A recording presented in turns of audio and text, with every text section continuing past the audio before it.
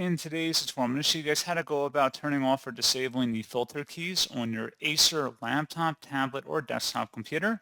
So this should hopefully be a pretty straightforward process here, guys. And without further ado, let's go ahead and jump straight into it. So all I have to do is open up the search menu and search for settings. Best result should come back with settings. Go ahead and open that up. On the left panel, select accessibility. And then on the right side, scroll down underneath interaction and select keyboard. And where it says filter keys, if it's toggled to the on position, just click inside the oval one time and turn it off. And that is all you have to do.